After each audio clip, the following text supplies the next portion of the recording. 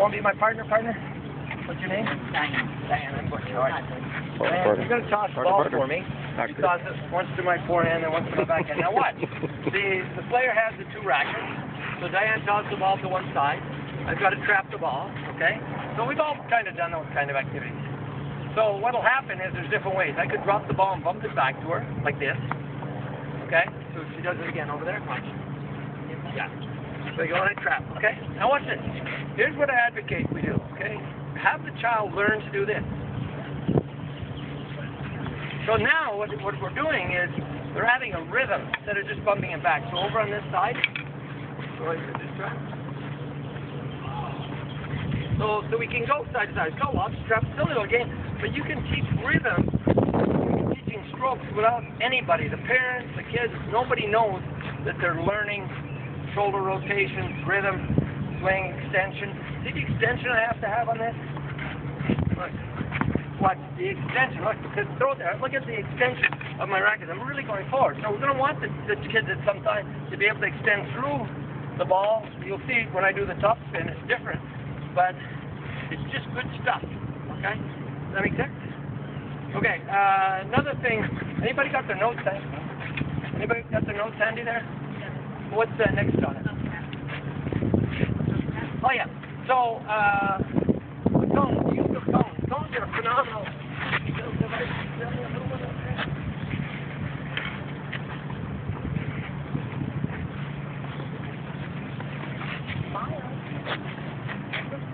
Okay, so the use of cones. This isn't, some people poo-paw it a little bit, but it's really critical. Our program, and make down with all those old kids in the program, it's amazing how much they use cones and it's cooperative stuff. So Becky and I are partners. As simple as this seems, remember when we were doing the bounce and clap? So let's say we've done that for a minute, and now instead of the bounce and clap, she's got to clap when the ball bounces, but then I've got to catch the ball in the cone. Toss it up in the air, clap when it bounces, right, and I catch, okay? So we do that 3 times. She tosses it up, and I move my feet, and I catch. Okay, so very simplistic, okay? 5-year-olds, this is a great little activity, but you're giving both sides the responsibility. The sender has the responsibility, the receiver has the responsibility. That's the foundation of rallying. But watch the evolution. So today, maybe did it like that. Now, next class, Becky, what she's going to do is she's going to toss the ball a little bit to the side, and now I have to turn, and I have to catch on the side. So instead of catching it here, which is the easiest way to do it, now I'm actually torquing and turning my body, and I got to catch on the side. So toss it to the side, Becky. So I move to the side, and I've got to step to it, okay? And she's still clapping. It's really cool. So I'll give her, because she likes to catch too. I'll give it to Becky. I'm going to toss it that side. You may have to step just a little bit, right? And she catches on the side. So again, now seeing the ball, the eyes, the head, the turn of the shoulders, everything at the side is different as the ball is coming right to us. So again, when we're a young child, what are we teaching there? We can teach them we want to be in a split position. We want them to be in balance and to split. So as I'm about to toss, you got to do a little split and then move. Okay, Becky? Ready, split. Then she moves to the ball. Right. So you see, you can be in the process side. You can add all kinds of little elements of your teaching with your students as you go along on that. So the cones have, a great value, and it can get to the point where we won't walk because we're so far away, but we're doing this over the net. We have an outcome that Becky and I as partners, B&B, Becky and Butch, right?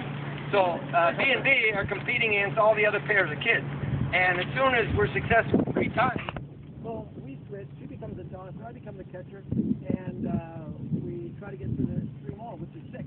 So it's the first pair to get 6. So we have an outcome goal with a very simple kind of little thing. Now, how does that change?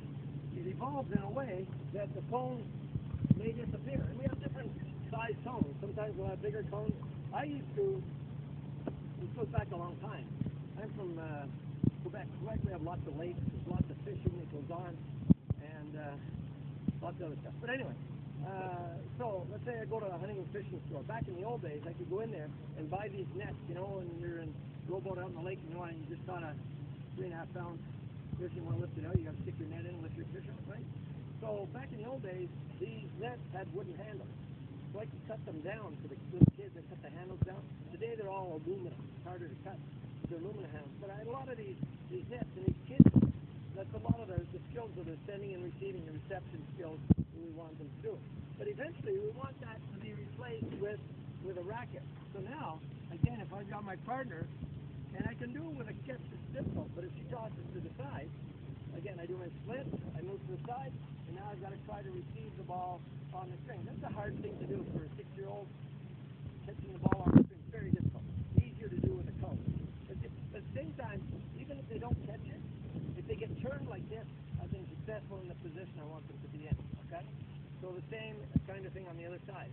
So it can evolve, and then it gets to where, here we go, instead of trapping, my partner tosses the ball, and of course, I do my split, and she tosses the side, and now I've got to bump it back, and she trapped it in her cone or whatever. So it evolves. It now becomes a rally. It's one bounce. But then we get to the point where she as well has a racket, and it may be that she feeds the ball first with a toss, but then she's got to try to bump the ball back a second time, and I trap it. So what? Toss the ball over to the side. Now you got to bump it back yourself. You got to bump it back. Right? Now I move and I trap. This time, no, I send the ball for the first time. You got to move her feet a little bit. I move, I send it back, and she traps.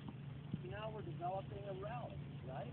We can have all kinds of outcome goals and challenges and stuff with the kids, and you can define the space. So before, when I told you this is our competition course, but I never use it like that.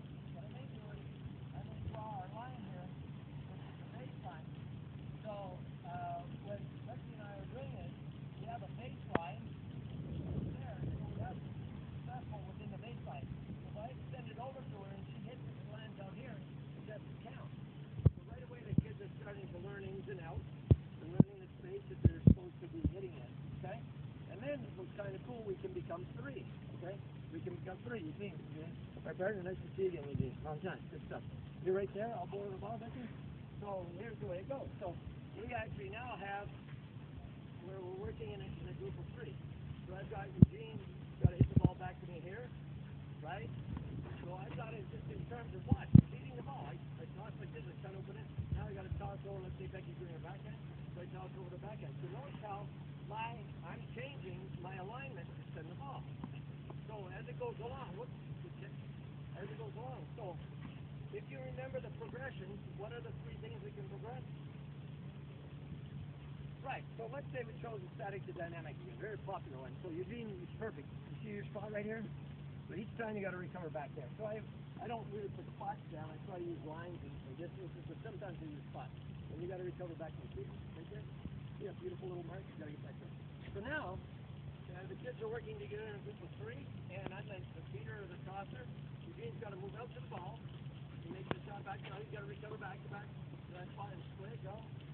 And now, what I'll do, a lot of times I'll have both kids split because okay, you don't know which way it's going to go. So if you see my hand swing, you've got to split. So if my hand goes back, you've got to split. Ready? Split. And you see, they didn't know who it was going to go to. And then they move. Okay, ready again. Split. Aha, you can afford it. You can do different things, but all this learning goes on with the kids. It's kind of that shaping stuff again. And you build it into the whole rally idea. You good with that? Okay. So now, thanks everybody. Who is smiling at me? So, Brian's my partner, and again, you've all kind of done this together. So Brian, you've been over there. The ball's got to bounce twice. I don't know where we are in the program, but we check. So you've got to bounce twice before you hit it back. Okay, there's one, twice, bounce one, twice. Okay, so maybe I make it tough on her. Maybe easy on me. Okay, here we go.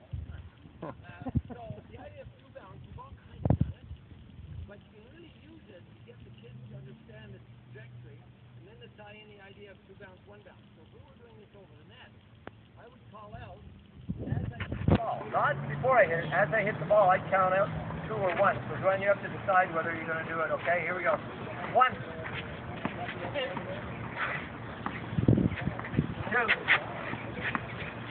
So now you've got the kids. You've got the kids now where their minds are engaged. They've got to actually be focusing with each other on this, be calling out the numbers and the things they do. Okay. So then we go to something like, in terms of building rally skills, The ball's going to come, you have to kind of juggle it once and then hit it back or let it bounce. Okay, we've all done this. Again, I just want to show you a little different take on it. Get going, okay? So I shove the ball and it's back. So we've all done that. Okay, now, this is tough. It's not easy for the kids, but what it does is stabilizes the contact point. So the people that are the big hitters, it gets them really to stabilize the juggler. They got to set the racket, stabilize, control it. Also, if they do it back on the side of the body, it's time for you to give a little coaching cue if you want them to receive the ball out in front. You can help them a little bit understand that there should be space between their body and their hand to receive the ball in front of the body. So we can do it with forehands or backhands on that. Now, if I was to take the two rackets, okay, I'll get the ball. So now, this, for instance, Andy Murray's mom, Judy, she took some of our kids at the tennis teachers conference in New York last year, the on-court demonstration. This is one of the activities she did. She wants them hitting forehands with rackets on both sides. So wherever the ball would come to, they have to hit a forehand. Okay, so she had them, you know, hitting both hitting both sides, and then you can build in spins and everything. But it's a great bilateral dexterity skill for the kids to have. But you can also turn it into Mike Barrow, what we call swords and shields. So this time the ball comes to this side. Watch. So I first lock the ball with this side, and I do this side. Now, if you teach forehand, what you want to do is you want that shoulder turn, you want the hand basically on the side. That can intimidate the hands like this. Now the turn is much more here. If you do the swords and shields, you're bringing set the body to the side, and then I go with that. Now on the backhand, if you're one-hander, one-hander good. If I'm one-hander, I'm going to stop it with the left hand. The whole time this is my shield, and I draw my sword. So I can stop with that. But if I'm a two-hander, okay, what I can actually do is with the two. So I actually have both of the rackets. Watch the ball come. Both the rackets are stopped, and then I hit with two, okay? Or I can stop with one together. There's different things on it. So one last one that's kind of fun is, Joanne, you can use any body part you want on the ball, but it can only bounce one touch or hit it the other way. So I just actually stop with my chest and put it back.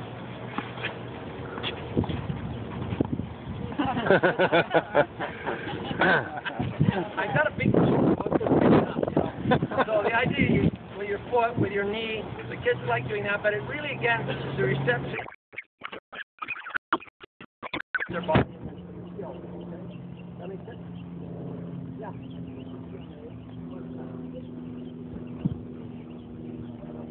Okay, the question is, at this young age, what practice numbers for 1 or 2? I want them to have both. Don is now standing in level 3 regional training center, one of the best 10-year-olds in the Midwest. He hits both. Beautiful one-handed top and backhand, and about the best Agassiz two-handed backhand you've ever seen. And so he hits both. And the national coaches were telling his sons, he's going to have to decide what he wants. I'm different opinion. Until he reaches puberty, there's no need. Why? Let him have fun. You know, it's not all about winning right now. It's about developing. I think he's going to go with one hand, because he's got this flair about him, so that's okay. But it's a shame to put aside his two-handed right now, so I let him go with both. So, but the point is, I would never Lahari. Okay, she's 56 pounds, got the most liquid top spin two-handed backhand you've ever seen. She can hit an angle, make it dip, do all this stuff. Beautiful thing. We play around. She has a great backhand, one-handed backhand top spin. Phenomenal. She changed her grip. She gets a little Spanish on her grip. Puts a lot of flamboyant action on it. Hits great one-hand.